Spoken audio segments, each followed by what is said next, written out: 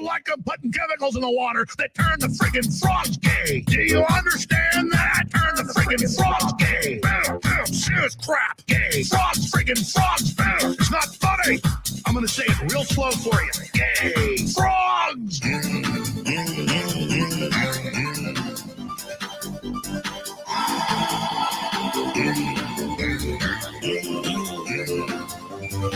Won't you fight for your life? Gay. Frogs, friggin' frogs. I don't like a frog. Gay. Friggin' frogs. Frogs. Friggin' frog crap. Won't you fight the frogs? It's not funny. I'm gonna say it real slow for you. Frogs! Greetings, my dear friends, and welcome to another episode of Reading Epic Threads. I'm your host, Patrick Gunnels, joining you from Spring, Texas this October 23rd at 12:24 p.m. Central Daylight Time. Today, I will be doing an extravaganza of Erik Carlson, two from Badlands, and one from his own personal Substack.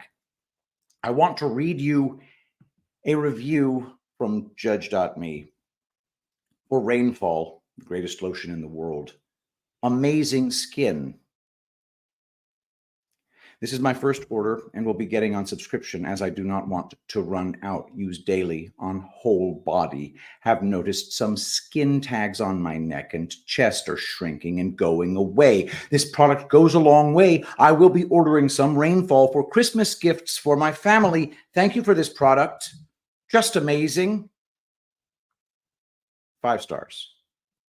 Go to tulipblooms.shop. That's tulipblooms.shop. Use promo code Shapiro for 10% off. Everything is free shipping at tulipblooms.shop.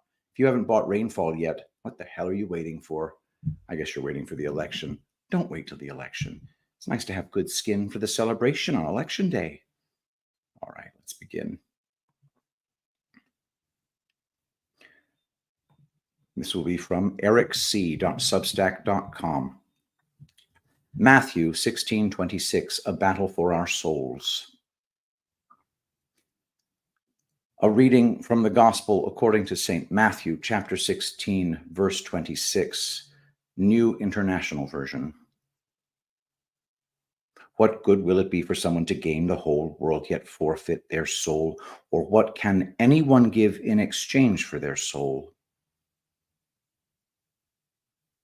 Recently, I've discovered the more reach you have in your messaging, the more attacks you will receive. I've also learned that certain subject matters come with harsher attacks. The satanic cabal is one of those subject matters. If one addresses this subject, they're guaranteed to be attacked, called a crazy conspiracy theorist, or delusional, or mentally deficient. It's fine to talk about corruption in government, but if you're to reveal the cabal for what they are and possibly who they are, you must put on the full armor of God and ask for God's protection. In this writing, I'm going to focus on Brad Pitt, but this principle could apply to many people in the entertainment industry. Entertainers make choices, essentially to sell their souls to be a part of the satanic cabal. They may choose to embrace it fully. They may choose merely to condone it. Or they may choose to reject the invitation altogether. Their choice will determine how successful they will be in the entertainment industry. It may also determine whether or not they even have a place in that industry. I want to talk about a couple of satanic cabal concepts before moving on. Blood sacrifice. A blood sacrifice is often required for entrance into the cabal. Celebrities may need to sacrifice a family member to be initiated into the society that will ensure massive success, wealth, and power. But the death of a loved one can be substituted with the gender transition of a child. A child transitioning or identifying as another sex is considered the death of the former child and can be used as a substitute for the actual death of the child.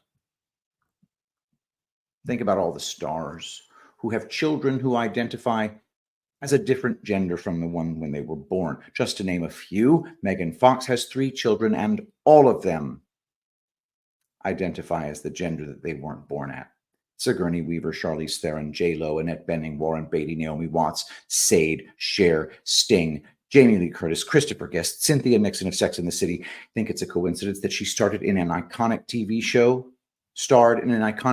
that promoted moral decay in America? Basketball star Dwayne Wade and his wife Gabrielle Union Wade. It's not a coincidence that she was chosen to be a judge on America's Got Talent. I believe being a judge on a national talent show is often one of the perks of selling your soul. By the way, here's a picture of Magic Johnson's son. Remember how Magic Johnson claimed to have HIV/AIDS and then went on to be an extremely successful businessman? Blood sacrifices can, and often do, involve the death of a loved one, but there is no way of proving someone died as a blood sacrifice. With that being said, many successful celebrities have lost loved ones. Jay-Z lost a nephew. Kanye lost his mother. Pete Davidson lost his father. The Kardashians lost their father, and then their stepdad transitioned to be a woman. As I mentioned, there is no way to prove the death of a loved one as a blood sacrifice, so I won't spend any more time pointing out the incidences, but the list of successful celebrities who have lost a loved one is very long. Humiliation ritual.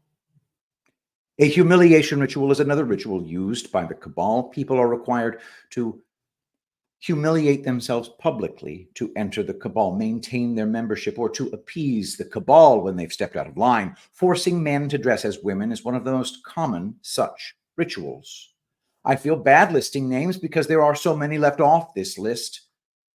But just to name a few male celebrities who have dressed as women publicly, the list includes John Cena, who dressed recently as Britney Spears and also appeared nude on the Oscars, Jimmy Fallon, Will Ferrell, Kevin Hart, Robin Williams, Dustin Hoffman, Jared Leto, Pete Davidson, Michael Strahan, The Rock, Tyler Perry, P. Diddy, Jamie Foxx, Tom Hanks, and Snoop Dogg, who just happened to recently become a judge on a national talent show and is currently everywhere on everything. For those just listening, this is Snoop Dogg in a fucking tutu. Brad Pitt is also on this list. He did a photo shoot wearing multiple dresses in a Rolling Stone magazine article in 1999. He later showed up at the premiere of his movie Bullet Train in a skirt in 2022. I believe those who have been chosen by God as one of his own, but run from him towards Satan or condone the evil that they see around them, ultimately struggle with inner peace. A distortion, anxiety, and depression comes to those chosen people who try to reject God and embrace the darkness that may lead to success. Those who have no foundation of faith in God may be able to serve the cabal with no issues whatsoever. They may appear to be well adjusted to fame, but in reality, they may simply lack that struggle of knowing what is right and doing the opposite. I believe those who have been chosen by God but reject him face internal torment. Brad Pitt was raised in a Christian family in Missouri. His parents and siblings have always been Christians and have expressed concern over the choices Brad has made in his life and his abandonment of his Christian faith. When Brad Pitt left his family's home in 1983 to attend college and later to go out and make it on his own in Hollywood, he considered himself agnostic and later went on to describe himself as an atheist. He spent the bulk of his life running from his faith, running from God. In a 2019 GQ interview, Pitt said that he has re-embraced his faith and thinks he was always a believer, but chose different paths out of wanting to be rebellious. He thought considering himself an atheist was punk rock. If you look at Pitt's career, he left college in 1986, just 2 credits short of graduating to pursue a career in Hollywood. He didn't have a breakout role until his small part in the 1991 movie Thelma and Louise, in which he received $6,000 for his performance. He then had 4 more less than well-received movies before landing a major leading role in the 1992 movie A River Runs Through It.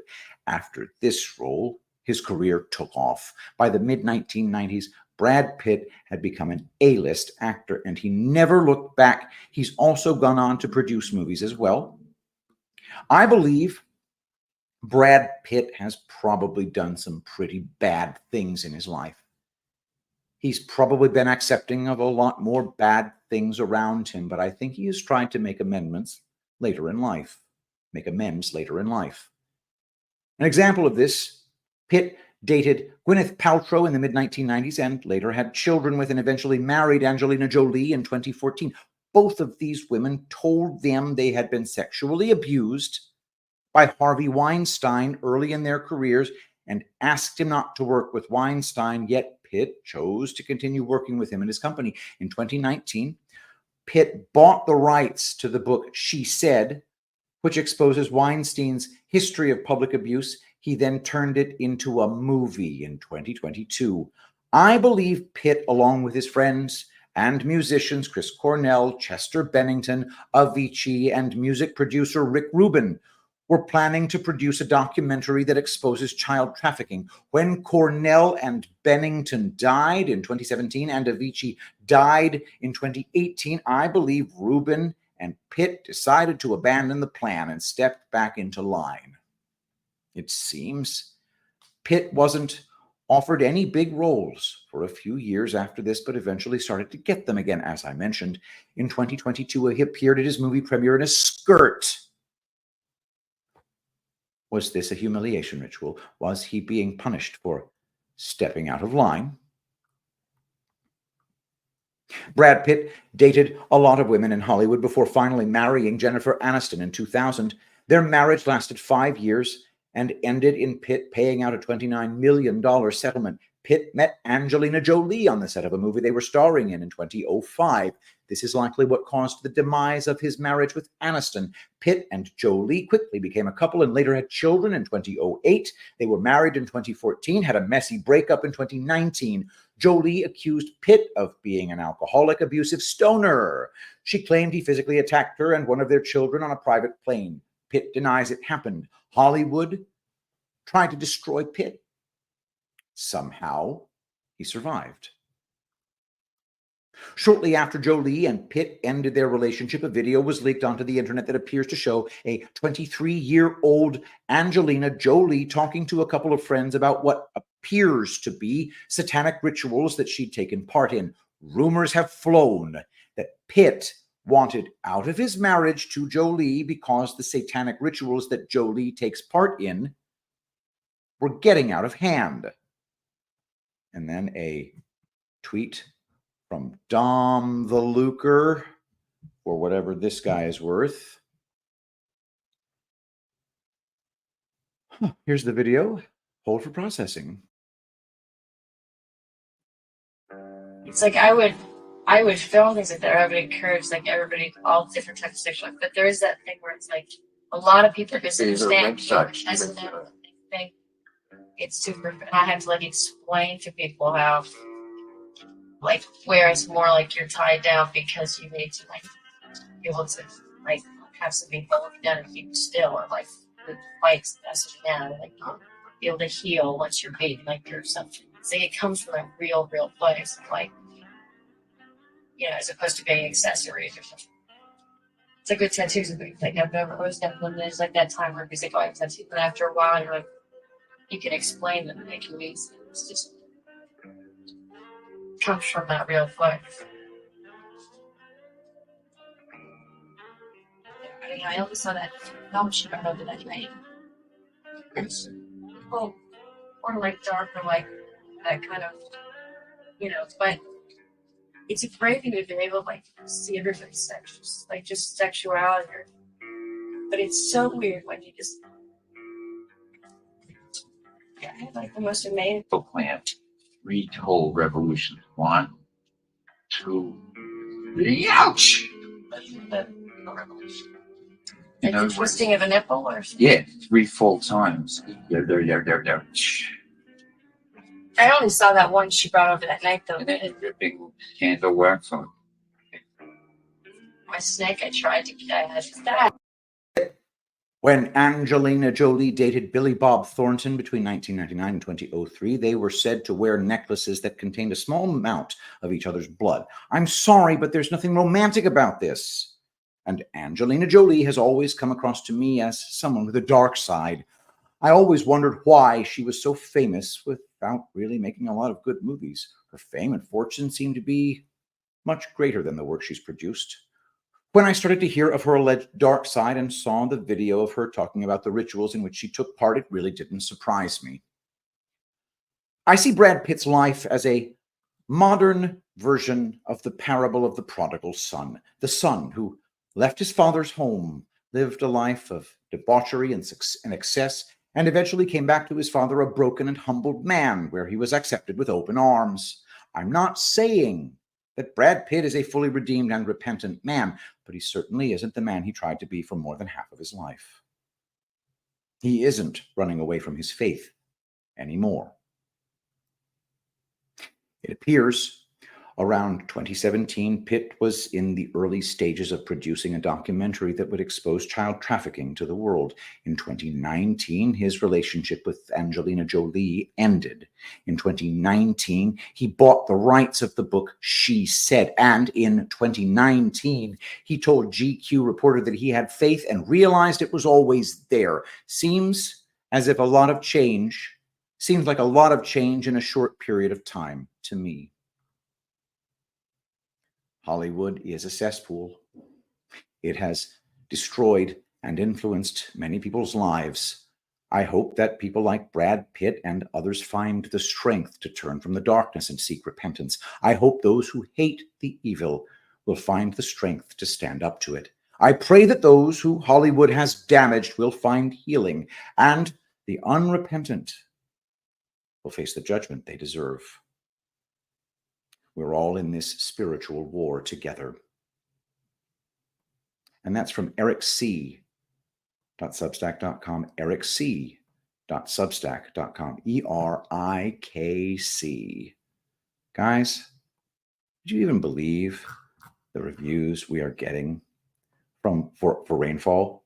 So I'm going to go in and look at my reviews right now, but I'm going to read this one again.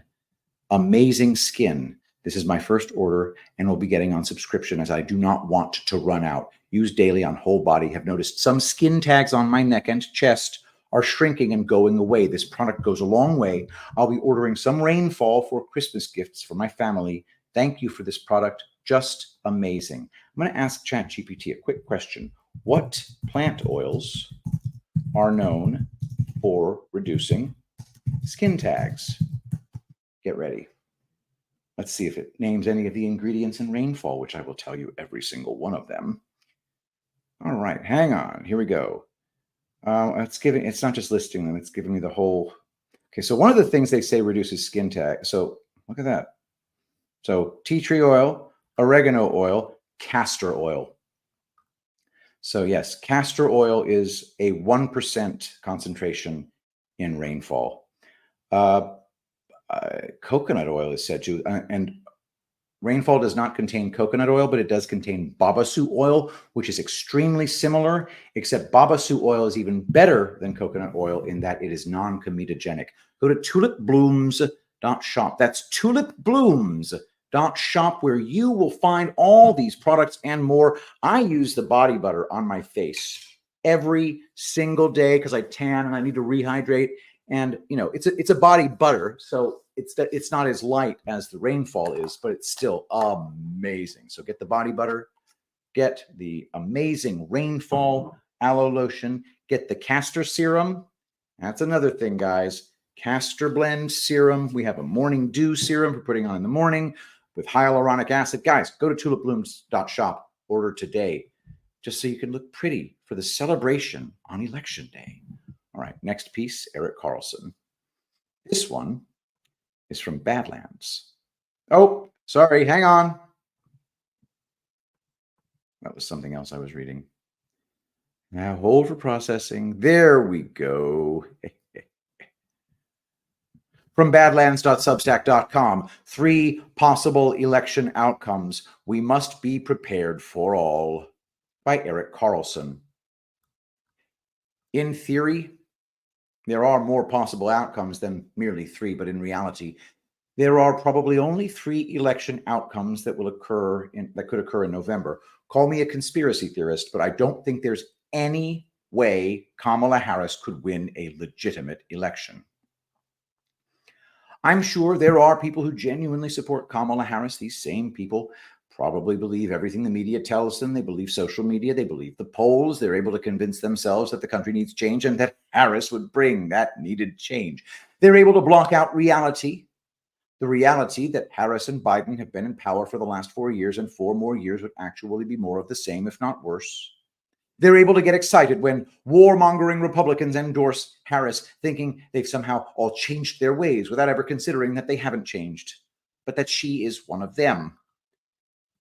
There are plenty of people whose minds have been manipulated and altered to the point that they're incapable of discernment or reasoning. These Stockholm Syndrome victims will do anything to protect the people who keep them mental prisoners. This is the reality of things. But I strongly doubt there are still enough of these people legitimately to win an election for Kamala Harris. I suppose the deep state could choose not to certify a Trump victory, but that would likely do even more damage to them and ensure they will never hold power again. It's also difficult to reject the election results when you've spent the past 4 years going on about how secure the U.S. elections are and ridiculing anyone who questions the results.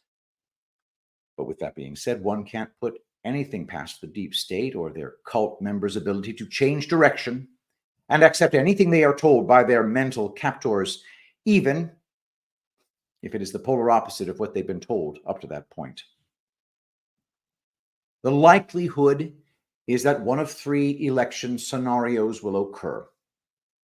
1, Trump wins despite election interference. Trump's support is enough to overcome any and all cheating that may occur, and he will be announced the winner on or around Election Day. 2, Kamala Harris is declared the winner through a rigged election, and because her administration is already in power, the stolen election would be steamrolled through as it was in 2020, locking up anyone who opposes the fake election results. 3, Harris wins a rigged election, is declared the winner, but a trap has been set and the election interference is exposed. Eventually, Trump is declared the winner days, weeks, or months after Election Day. I agree with Elon Musk when he says that if Harris is successfully pushed through as the winner of the election, America will be over as we know it. I believe Harris taking office in 2025 would likely result in a massive economic recession and the removal of personal freedoms that Americans have taken for granted their whole lives. I don't think it is an overstatement to say 2024 is a make or break election if Harris comes to power. There is no going back. America is done. If Harris is inaugurated, I have no advice. It'll be a free-for-all. This may come across as being negative, but I'm not saying I think Harris will be the next president. Merely that it must not happen. Many have heard about the 16-year plan. The plan was for Barack Obama to be president for 8 years, followed by Hillary Clinton for the next 8 years. Obama's years would set up the Clinton years, which would eventually result in the total destruction of America. Trump being elected is said to have thrown a monkey wrench into his deep state plan. Trump's team did a lot of the damage done in the prior administrations. A second Trump term may have been the death blow to the deep state cabal, hence their desperate need to steal the 2020 election. If you look back to past deep state presidents' 2-term administrations, most of the damage they did was in their second terms. They couldn't do too much damage in their first, otherwise they couldn't get reelected for a second term, even with election tampering. In Bill Clinton's second term, we had the Monica Lewinsky scandal that ushered in moral decay in America. This affair between a 22-year-old intern and the 49-year-old POTUS created an acceptance of immoral behavior. The majority of America was okay with its president having an affair in the White House. What once would have immediately forced a president out of office in shame was now just comedic material for late-night talk show monologues. But imagine for a moment if President Trump had had an affair with an intern less than half his age while in the White House. The same people who minimized the Clinton affair would suddenly turn Puritan before our eyes. By the way, the Lewinsky affair started in 1995 and lasted until 1997. The affair was publicly revealed in 1998. Care to guess what year Jeffrey Epstein bought his island? You guessed it, 1998. Was the Lewinsky affair a giant Epstein honeypot to gain control of Bill Clinton? Additionally, any moral outrage of Americans in Clinton's second terms was pacified by a tech boom in America. Everyone is more forgiving when his 401k is through the roof. George W. Bush's 2 terms were a little more unique than others. In his first year in office, 9/11 was used to rip away Americans' rights through the Patriot Act while getting the U.S. into wars with countries that didn't appear to have anything to do with 9/11. 9/11 and the wars that followed, in theory, should have torn apart the country, as was the case with the Vietnam War, but instead, the nation actually unified behind Bush. Both political parties and most of the media were in lockstep with the White House. It didn't hurt that Americans' home values and 401ks were going up as well. Bush's second term ended with eventual division and the collapse of the financial system, which was something that couldn't occur during his first term, or we wouldn't have become united, and he couldn't have been reelected, and Dick Cheney wouldn't have been able to still control the country. As a result of Bush's second term, Americans lost their jobs, businesses, and homes. What's the expression? Americans vote with their wallets. The financial collapse occurred immediately before the 2008 election. A suffering economy caused the nation to divide again. There was a stark difference between Obama's first and second term. While plenty of damage was being done to America in his first term, it wasn't until he was reelected and became a lame duck president that the moral destruction and racial division really began. With the start of Obama's second term, the Smith-Mundt Act was essentially repealed, allowing the media to basically say and do whatever they wanted without any repercussions. Propaganda against Americans was now legal again.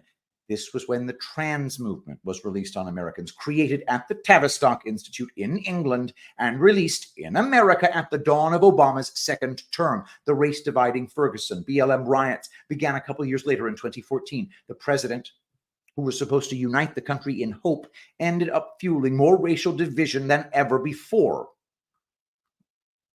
Something to understand. BLM is controlled by the CCP, and Tim Walz is controlled by the CCP. He first went to China in 1989 and has been strangely connected to them ever since.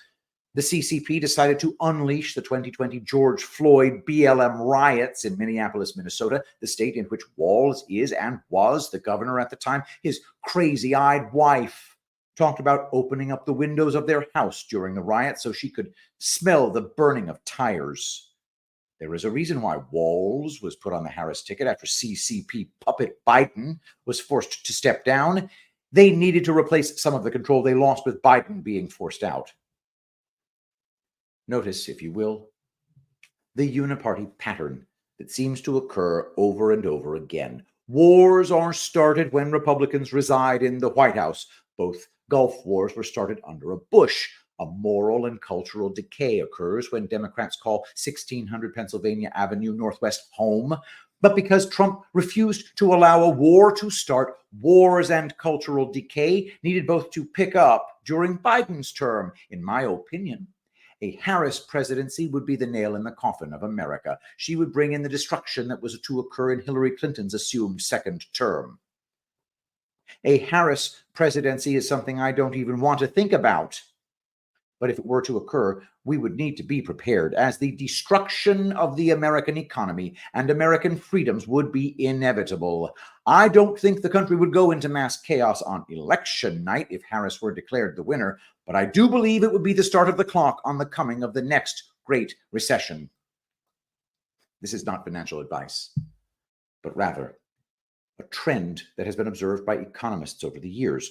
Once the Federal Reserve begins to cut interest rates, on average, a recession occurs 18 months later. Sometimes it comes sooner, sometimes later. On average, recessions occur 18 months later. This would mean a recession would likely occur in roughly 18 months because the Fed just started cutting interest rates in September, and they will likely continue to cut them into November and well into 2025 and possibly 2026.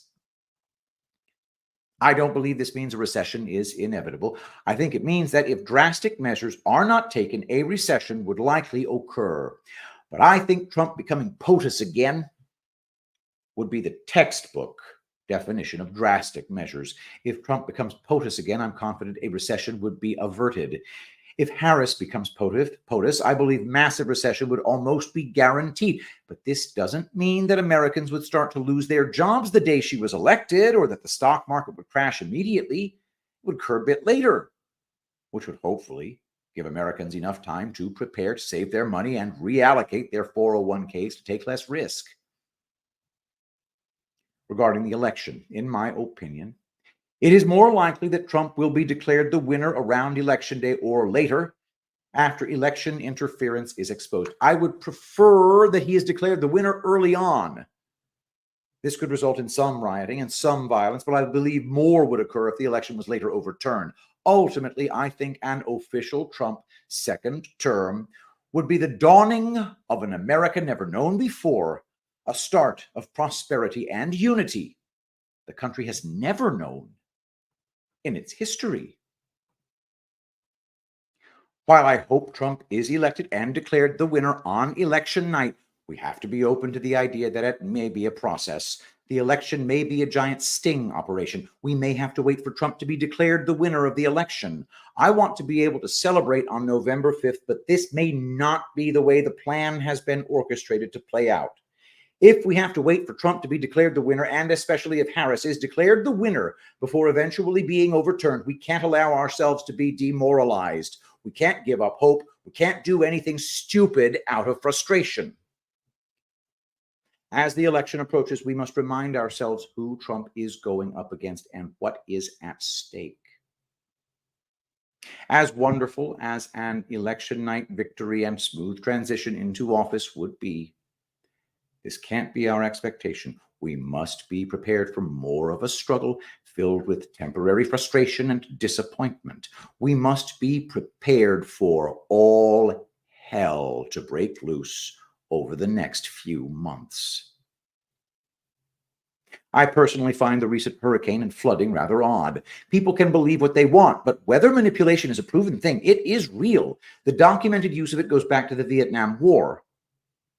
There was recently a chemical plant explosion in Georgia, and what about the strikes at the ports? It seems kind of coincidental that the strike occurred right before the election. Temporarily, nothing went in or out of the eastern and southern ports. It seems too coincidental to me that this strike was set to occur when it occurred. The port closures temporarily locked down the U.S. ports in the east and south, drastically minimizing what went in and out. Drug running, gun running, human trafficking would take a major hit if it continued on.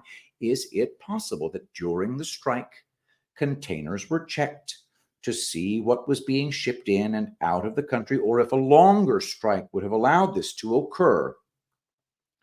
Is it possible the strike was supposed to last a lot longer, affecting the supply chain and possibly causing shortages and price increases? The stock market might have had a temporary drop. None of these things would make the current administration look good. Supply shortages, as well as the current administration's lack of urgency to help the North Carolina flood victims, would have and likely will have a major impact on the Kamala Harris campaign. I'm about to put on my tinfoil hat and ask you to do the same. But first, I want to mention a conversation I recently had with someone who oversees all the equity portfolios of a major investment firm. Over a glass of wine, I told him I agree with Elon Musk and that I thought a Harris presidency would likely destroy the American economy, to which he kind of rebuffed me, saying he thought the economy would likely be just fine. He looked at me like I was a conspiracy theorist, gloom and doomer, but he had to be cordial in how he responded to me. I said, I understand that it may sound a little MAGA, QAnon crazy, but let me explain something to him first. I predicted the drop in the stock market in the fall of 2018 and its quick recovery in early 2019. I predicted the 2020 stock market crash and its quick recovery 6 months later while everything in the country was still locked down. I predicted the 2022 stock market crash and its 2023 recovery. Not only did I accurately predict all of these events, but I acted upon them. I took money out of the stock market before the drops and put it back in before the recoveries. We're not talking about a guy who predicts a stock market crash every year and eventually is right one year. I told him the day I stopped believing anything the media says and started reading between the lines for the truth, I have been right about everything. He didn't know what to do with this. So he politely excused himself to use the bathroom, and I didn't speak to him again the rest of the evening. I ended up leaving the event 2 hours later than I hoped, because following the event, others gathered around me and couldn't get enough of what I had to say. They wouldn't let me leave. It's funny. 4 years ago, people avoided me like the plague. About 2 years ago, a shift occurred, and now people gather round and won't let me leave. People are definitely more awake today than they were 4 years ago when Trump had to allow the election to be stolen because there weren't enough people awake who would allow him to dismantle the system back then in 2020. Now, let's strap on our tinfoil hats. What if the port strike was a white hat operation that was supposed to last much longer than it actually did? What if the strike was to be used to shut down trafficking operations, but the strike was forced to end prematurely? Is it possible that the deep state players manipulated the weather to enhance the hurricane that hit North Carolina and its neighboring states?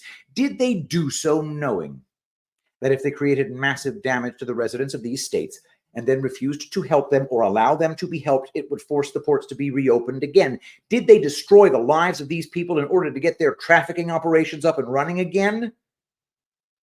Think it through before you completely reject the idea. What if the Ukrainian war and even the crisis in the Middle East were created to funnel in money that had been lost from Trump shutting down trafficking operations throughout the world? In other words, deep state operations were cut off from their funds that came from trafficking, and they needed to be replenished by American politicians sending them U.S. taxpayers' money. What's next on the horizon? More high-profile elites being connected to P. Diddy and Epstein, past election fraud being exposed, rioting, mass casualty events, more hurricanes. Anything is possible, and everything should be expected and prepared for. If we look at this as being a fireworks show, the grand finale is about to begin. We must be prepared mentally, physically, and emotionally for what comes next. We must maintain our composure and be open to the idea that things may play out in a way we don't prefer, but that are necessary just the same. Are we ready for the possibility of Trump not being declared the winner until next spring? It could happen. In 2020, when the election was stolen, I was angry, frustrated, and disappointed. I didn't understand at the time that it had to be this way. It took me weeks, if not months, to understand that America wasn't collectively ready for the controlled demolition that needed to occur to the system. It was as if too many Americans refused to evacuate the building, so the Trump team couldn't detonate the explosives. The taking back of America needed to be postponed. I understand today why we needed to go through the past 4 years to expose the system, to wake more people up. But I don't see any good that would come from allowing the election to be stolen again with Harris becoming POTUS for the next 4 years. All I can do is prepare for anything and pray for the success of the people who have been planning this mission to rescue America and the world for a very long time. While I can worry and stress out over the coming election and its results, I can't ignore all the signs and evidence that tells me patriots are in control and the deep state are panicking. Human beings naturally focus more on the bad, even when the good things drastically outweigh them. I'm no different, which means I need to, with intention and purpose, focus on all the positive events that are occurring at breakneck speed. Our emotions naturally lead us to be negative and fearful, so our minds must be intentionally focused on the positive to counteract. I believe that in the end, God wins. When things get bad, I must always focus on this and always remember, as it says in the epistle of St. Paul to the Romans, chapter 8, verse 31, if God is for us, who can be against us? And that is our show for today. My friends, do me a huge favor. Go on over to tulipblooms.shop, get the body butter, get the castor serum. I put it on my scalp, put it on my face, the castor serum. Castor oil has been shown, anecdotally, of course, because God knows Big Pharma would never let you do tests on something as accessible and inexpensive as castor oil. We use virgin organic castor oil. Tulipblooms.shop, promo code Shapiro. Get your rainfall, get your body butter, get the skin you always wanted, and have that skin for November 5th when we will be celebrating, my dear friends. And with that, let's call on God, the Archangel Michael. Saint Michael the Archangel, defend us in battle. Be our protection against the wickedness and snares of the devil. May God rebuke him, we humbly pray, and do thou, O Prince of the heavenly host, by the power of God, cast into hell Satan and all evil spirits who prowl about the world, seeking the ruin of souls. Amen. I love you all. Thank you so much for being here. I'll see you tomorrow.